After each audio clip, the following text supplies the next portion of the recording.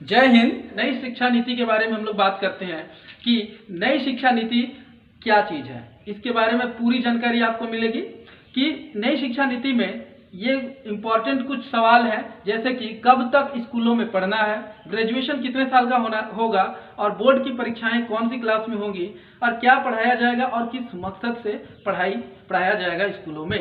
ठीक है, तो ये सारी बातों को जो है हम लोग जानेंगे। तो सबसे पहले बताना चाहूँगा कि नई शिक्षा नीति जो 2020 है, ठीक है, ये आज नई बात नहीं है। ये भाजपा सरकार के 2014 के लोकसभा चुनाव के घोषणा पत्र का एक हिस्सा है और इसमें जो है पहली बार जो बैठक बैठी गई 31 अक्टूबर 2015 ईस्वी को। 31 अक्टूबर 2015 को पूर्व कैबिनेट सचिव TSR सुब्रमण्यम की अध्यक्षता में 5 सदस्य की कमेटी बनाई गई और 5 सदस्य कमेटी में TSR सुब्रमण्यम जी अध्यक्ष थे और इन्हीं के अध्यक्षता में ये मीटिंग पहली बार बैठा गया। इसके बाद तकरीबन 2 साल के बाद 24 जून 2017 को के कस्तूरी रंजन के अध्यक्षता में 9 कमेटी बना के इसमें बैठा गया। फिर से एक बैठक बुलाई गई और बैठक बैठा गया। इसके बाद 31 मई 2019 ईस्वी को 31 मई 2019 को HRD मिनिस्टर जो थे रमेश पोखरियाल निशंक, ये 2 लाख सुझाव इनके पास मिला और 2 लाख सुझाव के बाद जो है 29 जुलाई 2020 ईस्वी को इस नई शिक्षा नीति को जो है कैबिनेट ने मंजूरी दे दी। ठीक है, तो ये अब तक का सफर है नई शिक्षा नीति का, जो कि 2014 से लेकर 29 जुलाई 2020 तक के बीच में इतने पड़ाव पे वो आ चुकी है। अब इसका सफर यहीं पे खत्म नहीं होता है। नई शिक्षा नीति का सफर जो है इसके आगे भी जारी रहेगा। अभी कैबिनेट इसको मंजूरी तो दे दी है कैबिनेट ने, लेकिन इसके बाद जो है संसद में ये लाया जाएगा। संसद में लाने के बाद एक कानून बनेगा और कानून बनने के बाद ये राज्य सरकार में लागू होगी। ठीक है, तो अभी सफर खत्म नहीं हुआ है, सफर को अभी और आगे बढ़ना है। और ये कहा जा रहा है कि आने वाला वर्ष 2021 और 2022 का जो सत्र है, 2021 और 22 के सत्र में इस नई शिक्षा नीति को पूरी तरह से हमारे देश में लागू किया जाएगा। आगे हम लोग बात करते हैं कि नई शिक्षा नीति 2020 में ये जो नीति है इसको 3 स्टेज में बांटा गया है। फर्स्ट स्टेज जो है वो फाउंडेशन स्टेज है, दूसरे स्टेज जो है वो मिडिल स्टेज है और तीसरे स्टेज को हाई स्टेज कहा गया है। ठीक है, तो उससे पहले हम लोग एक बात जान लेते हैं कि क्लास जो है, ठीक है, वो क्लास जो है टोटल जो है 15 साल लगेंगे। अगर कोई बच्चा स्कूल जाना शुरू करेगा और बीच में कहीं भी अगर वो फेल नहीं होता है तो वो जो 12 जब निकल जाएगा 12 में, तो उसको जो है नर्सरी से लेके 12 तक के बीच में कुल कितने साल लगेंगे उस बच्चे को? 15 साल लगेंगे। इसमें बांटा गया है सबसे पहले 5 साल के लिए बांटा गया है। इस 5 साल में कौन सा क्लास होगा? प्री प्राइमरी के 3 क्लास होंगे। ठीक है, प्री प्राइमरी के 3 क्लास होंगे, यानी कि आप समझ लीजिए कि क्लास 1 से पहले बच्चा को 3 साल स्कूल में प्री प्राइमरी में पढ़ाया जाएगा। ठीक है, फिर जब वो प्री प्राइमरी पढ़ लेगा उसके बाद क्लास 1 में आएगा और क्लास 1 में आने के बाद फिर क्लास 2 में आएगा। यानी कि ये जो फर्स्ट के जो 5 साल लगेंगे, ये फर्स्ट के 5 साल प्री प्राइमरी के 3 साल हो गए और क्लास 1 क्लास 2 टोटल 5 ईयर जो है कहाँ पे लग गए? उसको प्री प्राइमरी से क्लास 2 तक आने में लग गए। समझ गए होंगे? आगे बढ़ते हैं। आगे जो है 3 साल फिर लगेगा और ये 3 साल जो है क्लास 3, क्लास 4 और क्लास 5, ये क्लास 3, क्लास 4, क्लास 5 में 3 साल लग जाएंगे।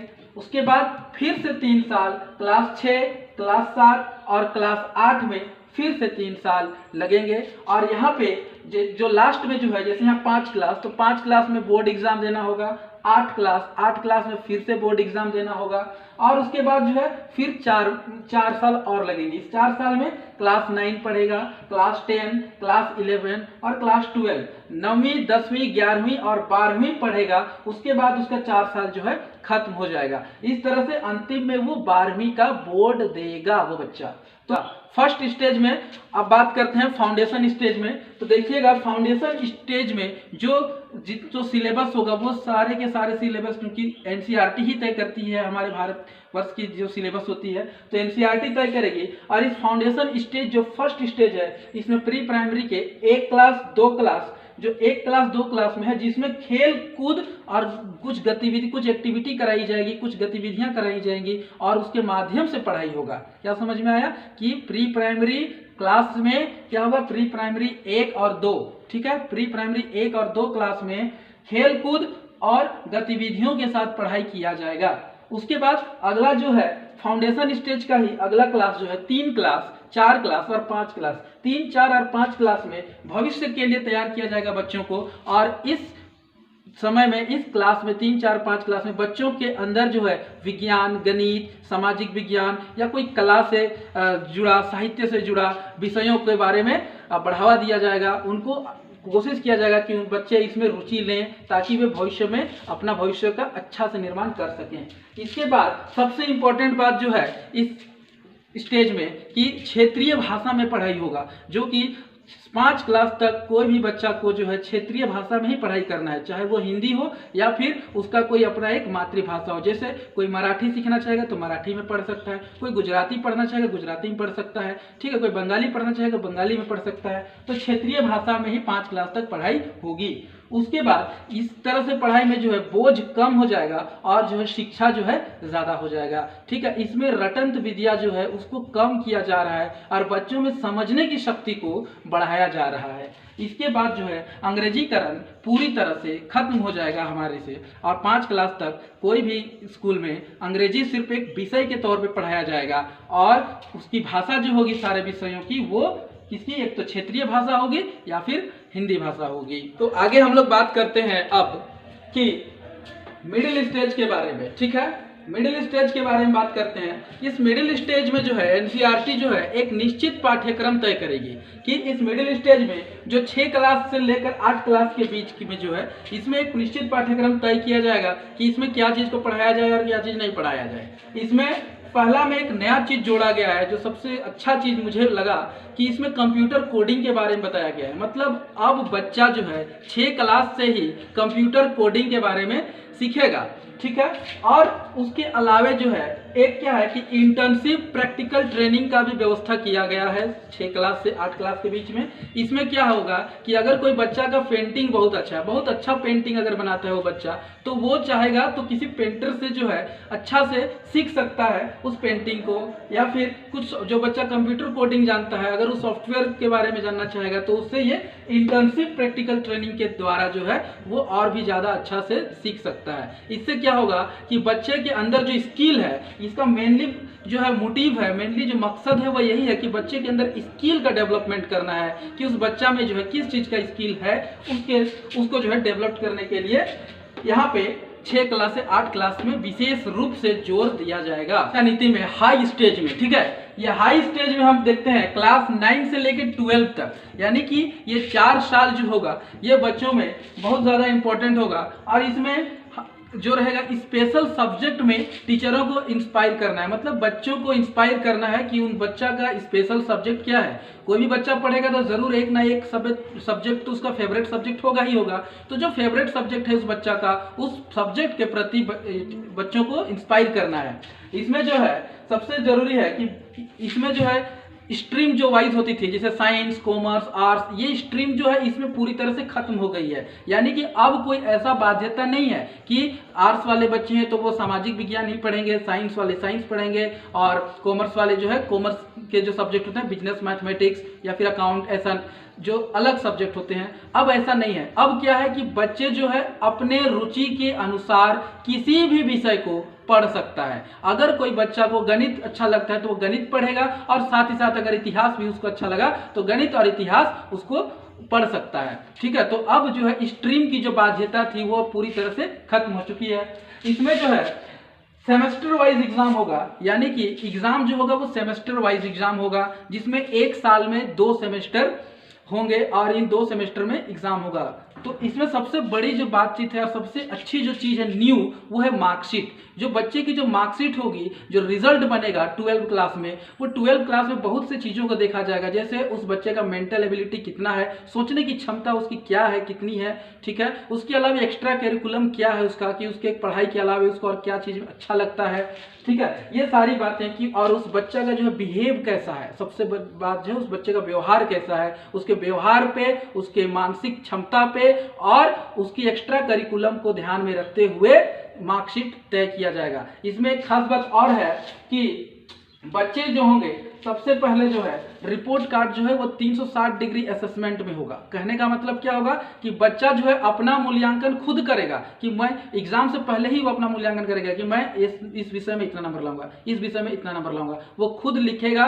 और उसके बाद उसके दोस्त भी लिखेंगे कि मेरा दोस्त जो है इस विषय में इतना लाएगा, इस विषय में इतना लाएगा है। और अंतिम में फिर टीचर मूल्यांकन करेंगे, अंतिम में जो है शिक्षक मूल्यांकन करेंगे।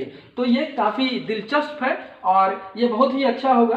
और इसके अलावे एक बहुत इंपॉर्टेंट है कि जब 12 का रिजल्ट निकल जाता है, 12 का मार्कशीट आ जाता है और बच्चा को जब अब जो है कॉलेजों में जाना है, कॉलेज में पढ़ने के लिए, अगर उसका एडमिशन चूंकि कम नंबर अगर आ रहेगा तो उसका कट ऑफ जो है वो कम रहेगा। और अगर कोई बच्चा का कट ऑफ कम रहता है और उसको कॉलेज में एडमिशन नहीं मिल पाता है, तो उस कंडीशन में बच्चा चाहे तो कैट का एग्जाम दे सकता है, कॉमन एप्टीट्यूड टेस्ट। इस कॉमन एप्टीट्यूड टेस्ट का एग्जाम अगर बच्चा पास करता है तो उसको कॉलेज में एडमिशन बड़ी ही आसानी से हो जाएगी। तो ये स्पेशल उन बच्चों के लिए ज्यादा महत्वपूर्ण है जिनका कट ऑफ जो है कम रहेगा, वे चाहे तो उनको कैट का एग्जाम देना पड़ेगा, उनको कैट का एग्जाम पास करना पड़ेगा।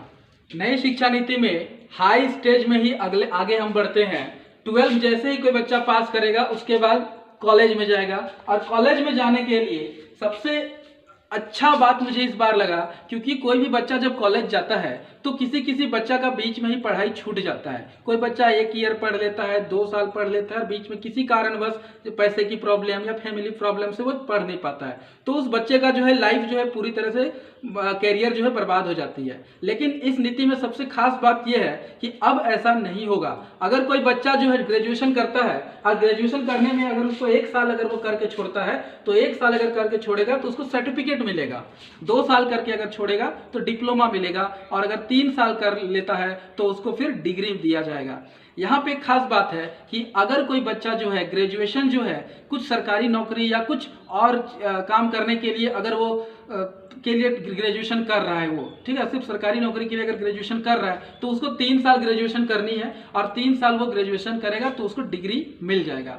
और अगर कोई बच्चा जो है जो आगे और बढ़ना चाहता है, जैसे रिसर्च में जाना चाहता है, साइंटिस्ट बनना चाहता है, तो वो उसके लिए 4 साल का ग्रेजुएशन है, वो 4 साल ग्रेजुएशन करेगा और 4 साल ग्रेजुएशन करने के बाद मास्टर का डिग्री लिया जाएगा, ठीक है। तो मास्टर का डिग्री के लिए उसको 1 साल और पढ़ना पड़ेगा, यानी कि 4 साल रिसर्च के लिए किया जाएगा और मास्टर का के लिए 1 साल लगेगा उसको। और मास्टर के बाद अगर वो पीएचडी करना चाहता है तो पीएचडी के लिए फिर 4 साल और समय देना होगा, ठीक है।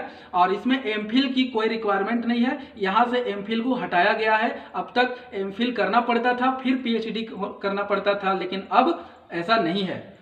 अब बच्चों को परेशानी बिल्कुल भी नहीं होगी, क्योंकि अब जो है मल्टी एंट्री और मल्टी एग्जिट फॉर्मेट पे भी ग्रेजुएशन की पढ़ाई होगी। कहने का मतलब है कि अगर कोई बच्चा जो है फर्स्ट ईयर में साइंस से अगर पढ़ता है और मैथ भी पढ़ता है, लेकिन सेकेंड ईयर जब जाता है तो उसको साइंस मैथ में मन नहीं लगता है, तो वो चाहे तो सेकेंड ईयर से हिस्ट्री या फिर ज्योग्राफी या कोई भी एक सब्जेक्ट जो है अपने पसंद के अनुसार ले सकता है। और उसका जो 1 साल जो बीत गया है उसमें भी उसको जो है कोई लॉस नहीं होगा, ईयरली लॉस नहीं होगा। इसलिए इसमें कह सकते हैं कि मल्टी एंट्री और मल्टी एग्जिट का ये बहुत ही अच्छा नियम सरकार इस नई शिक्षा नीति 2020 में लाई है। आगे जो है स्कूली शिक्षाओं में जो है संस्कृत को बढ़ावा दिया जाएगा। स्कूल की शिक्षा और उच्च शिक्षा में संस्कृत को ज़्यादा बढ़ावा दिया जाएगा और संस्कृत विश्वविद्यालयों में बहुत से विषय होंगे जिसको संस्कृत से पढ़ाया जाएगा। इसके बाद आर्ट्स को पढ़ाया जाएगा, ह्यूमैनिटी को पढ़ाया जाएगा, संगीत को पढ़ाया जाएगा और साहित्य को भी पढ़ाया जाएगा। इसके अलावे जो है कोई गार्जियन जो है, जैसे अभिभावकगण है, उनके लिए फीस के लिए हमेशा जो है एक चिंता बना रहता है। तो इन सारे कोर्स या फिर जो स्कूली लेवल की जो पढ़ाई होगी, उन स्कूली से लेवल की जो पढ़ाई है, नर्सरी से 12 तक की पढ़ाई और फिर 12 के बाद ग्रेजुएशन तक की पढ़ाई का फीस जो है एक तय किया जाएगा, निश्चित फीस तय किया जाएगा। उस निश्चित फीस से ज़्यादा कोई भी जो है स्कूल कॉलेज जो है ज़्यादा फीस नहीं ले पाएंगे। इसके बाद जो है यूजीसी और एआईसीटी जैसी बहुत से जो है विश्वविद्यालय हैं, और इन सबों को जो है एक यूनिवर्सिटी किया जाएगा, यानी कि वन नेशन वन सिलेबस और वन यूनिवर्सिटी किया जाएगा। और इसमें जो है पाठ्यक्रम में भी बदलाव हो जाएंगे 2021 से, और उसके बाद जो है नया पाठ्यक्रम के साथ हम लोग को पढ़ना पड़ेगा।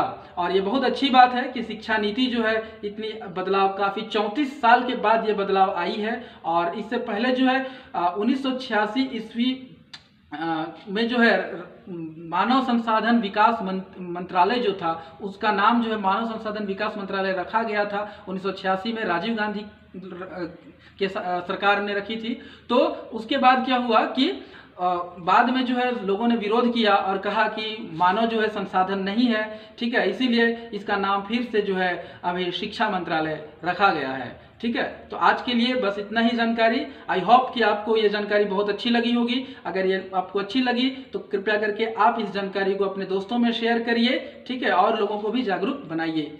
धन्यवाद। जय हिंद, जय भारत।